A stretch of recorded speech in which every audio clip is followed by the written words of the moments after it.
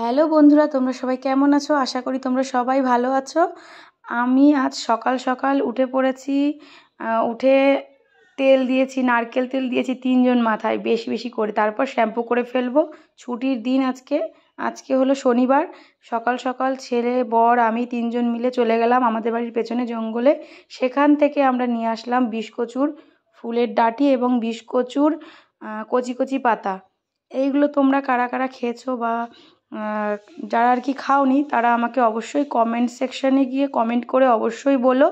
এই দেখো পাতাগুলো কত সুন্দর কচি, একদম নকনকে পাতা। এইগুলো অনেকেই খেতে জানে না। এগুলো কিন্তু খুবই টেস্টি হয় খেতে। আর এই ফুলের ডাঁটিগুলোকে অনেকে মানে এটা হচ্ছে ঢাকের কাঠি বলে চেনে। এটা কিন্তু বিষকচুরই ফুল। ওই ডাঁটিটা কচুরলতির মতো আঁশ ছাড়িয়ে তারপরে রান্না করে খেতে হয়। এই বিষকচু গাছ দেখে নাও। বিষকচুর পাতা, কচি পাতা আর বিষকচুর ফুলের ডাঁটি, এটাই খাওয়া হবে। এই দেখো পাতাগুলো কি সুন্দর, একদম কচি। আর এই যে খোলা খোলা যে পাতাগুলো দেখছো ওগুলোও কচি, কিন্তু সব থেকে মুড়ে মুড়ে থাকে সেই পাতাগুলোই বেশি ভালো হয়। আর এই দেখো জঙ্গলের মধ্যে দেখা মিলল একটা নোয়াল ফল গাছের। বেশি হয়নি, অল্প কটা হয়েছে।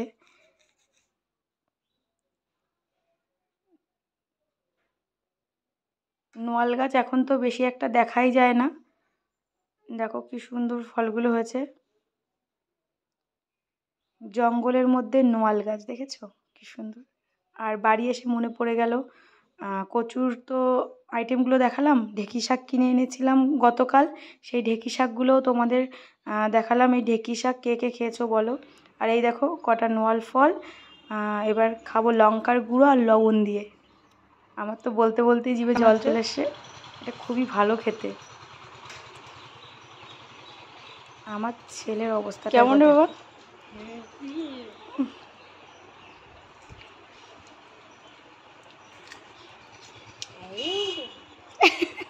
কেমন খেতে? ওর ভাবটা দেখেছো?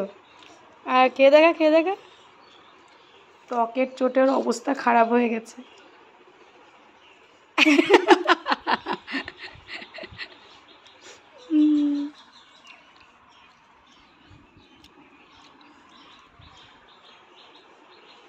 আরেকটা খাবা?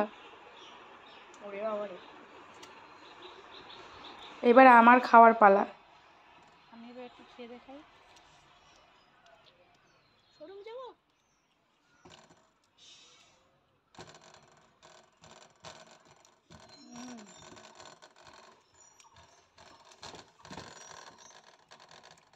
আরেকটা খাবো।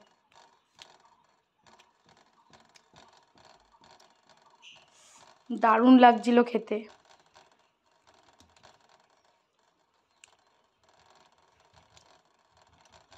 বাবা আর ছেলে একটা একটা খেয়ে আর খায়নি। আর এই সবগুলো শেষ করেছিলাম আমি। আমার ভীষণ ভালো লেগেছে খেতে।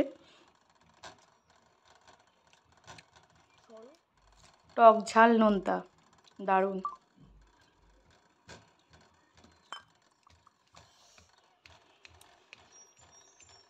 Tata, by.